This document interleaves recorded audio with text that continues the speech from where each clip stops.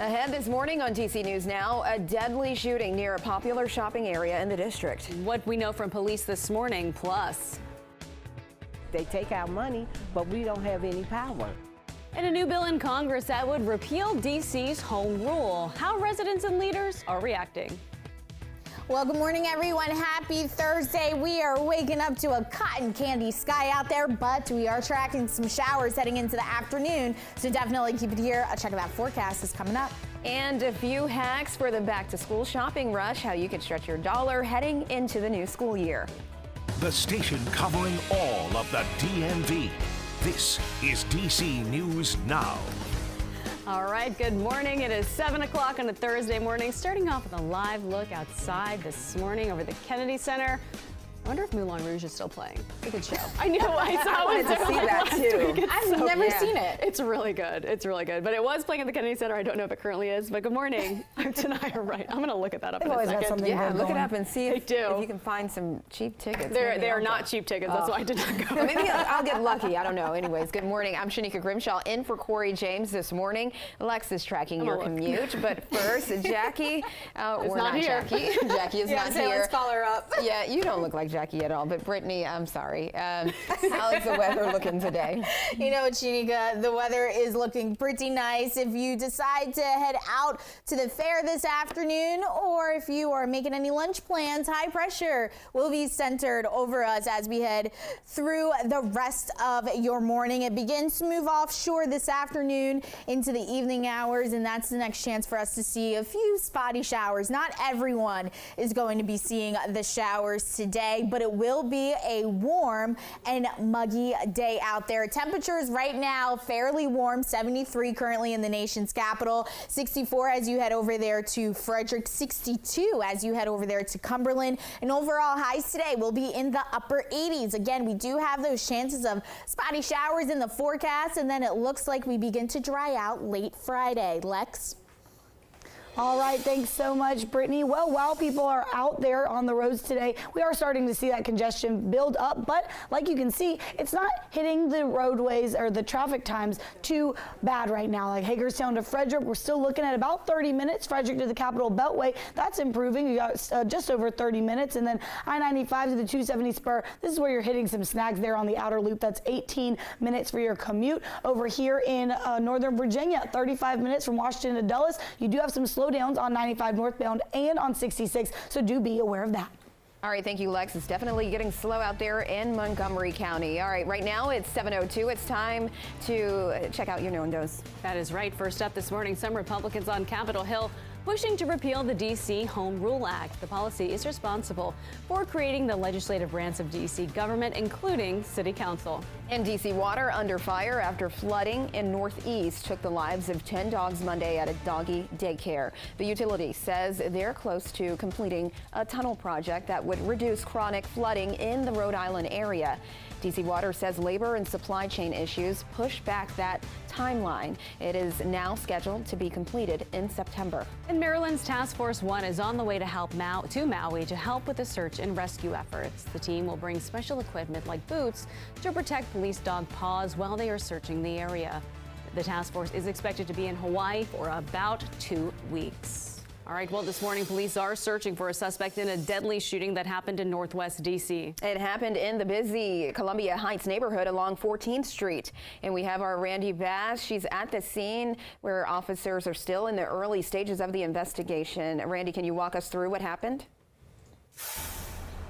Yeah, Shanika, tonight at this point we know one man is dead, another is injured. This all happening here in front of the busy Columbia Heights Metro Station at around 9:20 last night. And seconds before that shooting happened, a police officer was actually on patrol in the area, driving through this intersection, hearing it all happen, turning around and starting to search for anyone in need of help. Neighbors we talked to were down the street in their homes and told us they heard the whole thing. You know, it's just 5 to 7 just bang, bang, bangs, and then we all went outside just to go look, and sure enough, a few minutes later, a couple sirens were coming, and then we got on Twitter and saw what was happening, and it was pretty crazy. Yeah, and that's when they found the two men with gunshot wounds shortly after those shots were fired. Fire and EMS crews came out to help, pronouncing one of the men dead on scene. A few minutes later, they found another man with non-life-threatening injuries. He's expected to be okay. Again, this is a very, very busy area for pedestrians, bikers, and drivers at all hours of the day. Now in the 7 o'clock hour this morning, but certainly last night in the 9 p.m. hour. Plenty of people out here. Also, we've seen lots of cameras on street poles and in front of businesses. This morning, police are asking anyone who may have seen or heard anything to come forward with information. Live in Northwest, I'm Randy Bass, DC News Now.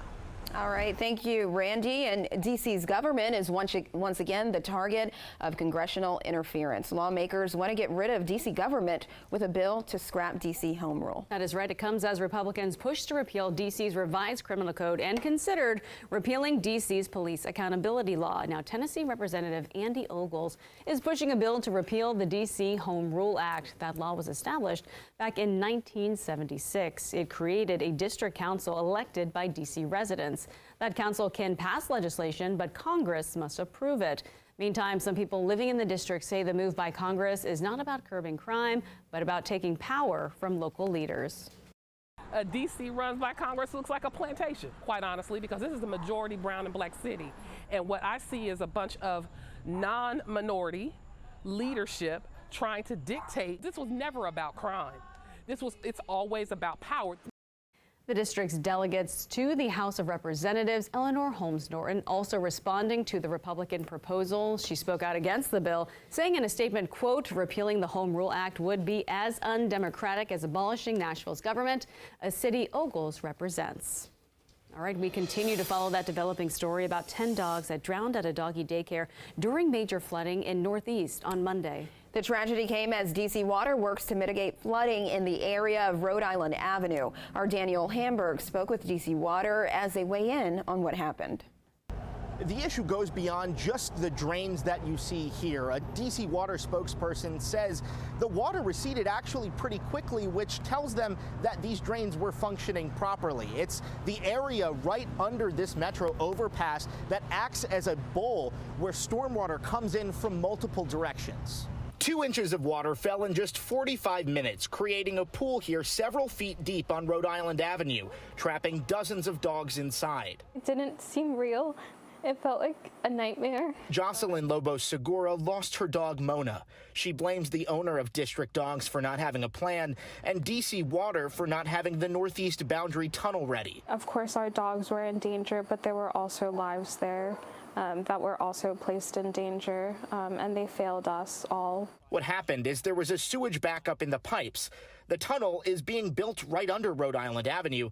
D.C. Water says the project has been underway for 5 or 6 years, and it's actually 2 years ahead of schedule, expected to open by the end of September. D.C. Water thought it might be able to open it in March, but we're told labor and supply chain issues pushed it back. It will add 90 million gallons of storage designed for a 15-year storm. But spokesperson John Lyle says what we saw Monday night was far beyond that. The sewer system could still back up. The tunnel, once it's in operation, could still fill to capacity. And if that happens, you're still going to get some flooding.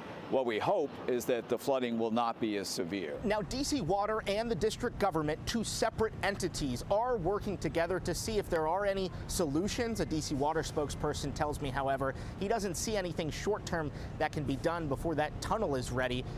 However, dog owners who lost their pets during this flood say more should have been done earlier. In Northeast, Daniel Hamburg, DC News Now.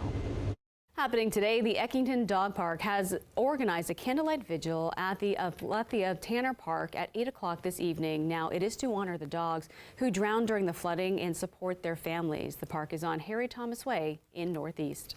And happening now, a consumer alert has been issued to those who live in D.C. The D.C. Attorney General is warning people about fake home improvement contractors and offering tips on what to look out for to avoid being swindled. Here are some red flags: contractors who show up unannounced or contractors who say they can offer a lower price.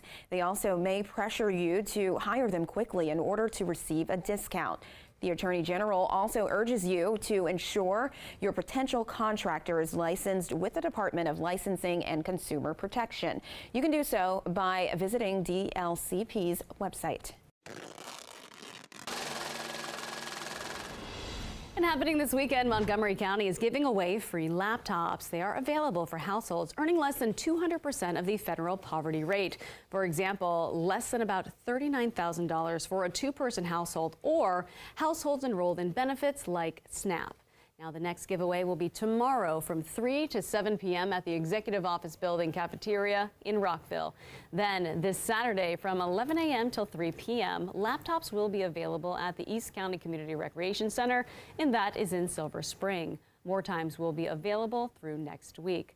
Qualifying families will receive a Chromebook laptop through funding granted by the state of Maryland. Families may also receive up to $45 per month off their mobile or home internet. The county is reminding people to make sure you bring a photo ID along with other documents that can be found on the Montgomery County website. All right, well, parents starting to rush to stores for school supplies and heading online to cash in as well. But there are several strategies that could save you some cash. Our consumer reporter Ben Dennis has those shopping hacks. Hey there, the wave of promotions from retailers promising you back-to-school deals may be overwhelming, but several pieces of consumer advice could turn dollars spent into cents out of your pocket for certain products. This comes as the National Retail Federation says back-to-school spending should reach $41.5 billion this year for lower grade levels. College back-to-school spending to hit $94 billion. The NRF also says the average expense per household is around $1,000, including electronics and clothes. Now, the crazycouponlady.com is out with 23 shopping hacks. Among them, shop Sunday and Monday in most stores. Most of them restock shelves earlier in the week. Plus, find brand-specific coupons, Bic, Post-it, and Kleenex. But also consider taking those coupons to the dollar store. And check clearance markdowns on clothes. Use Maryland's tax-free week to your advantage, happening now through August 19th. And buy discounted gift cards from Raise and Card Bear. And of course, price matching before you shop can help you find the cheapest options. Downloadable browser extensions can quickly scrub information online to price check for you.